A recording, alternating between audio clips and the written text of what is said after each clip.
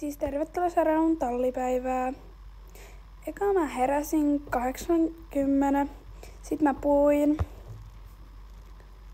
Sen jälkeen mä harjasin hiukset, pesin hampaat. Sitten olikin jo aika lähteä. Koirat otettiin mukaan. Sitten oltiinkin jo matkalla menossa. Sitten mä kävelin tilantien koirien kanssa tai ton tien.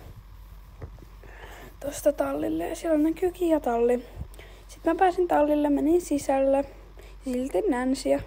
Sitten mä söin aamupala. Vaihan tallikamat. Sitten mä sain ne vaihtuu. Ja joo, tässä on kyllä hieno. Sitten mä hainkin jo Fiona. Harjasin Fionan.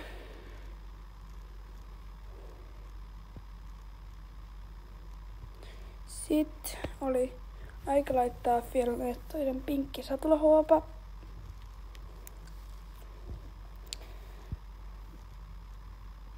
Sitten satula.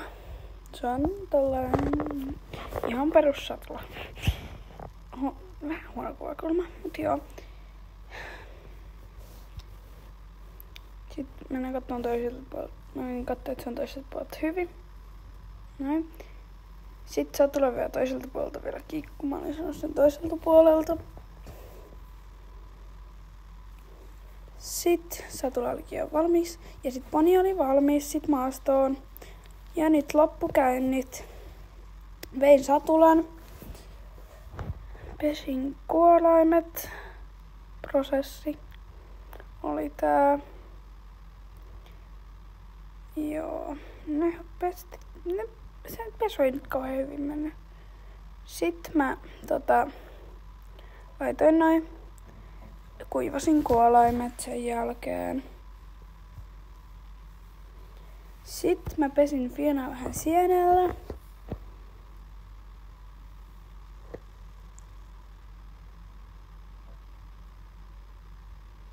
Sitten mä menkin jo Fionaan. Sitten kun mä repsuttelin sinne Fionan nenästä, niin Missikin halusi tulla ja sit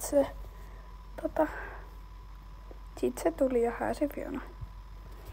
Ja sit mä repsuttelin Missiäkin. Sitten mä vaihdoin vaatteet. Vein koirat ulos. Sitten mä tulinkin jo hetkeksi sitten takas koirien kanssa. Sen jälkeen mä vaihdoin taas tallikamat, tai no se 14.52.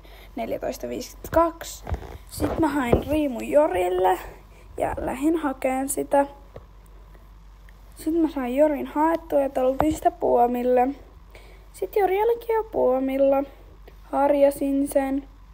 Sitten mä laitoin varusteet tai satulan join. Sitten Jorin lampaan karva selkään.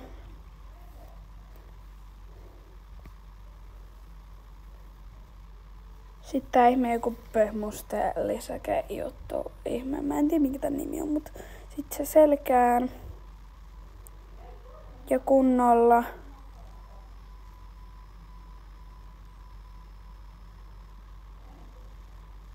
Sitten laitoin satulan. Ja sit mä olinkin vaihtanut jo saappaat. Me lähdettiin kävelemään alkuun nyt mettään.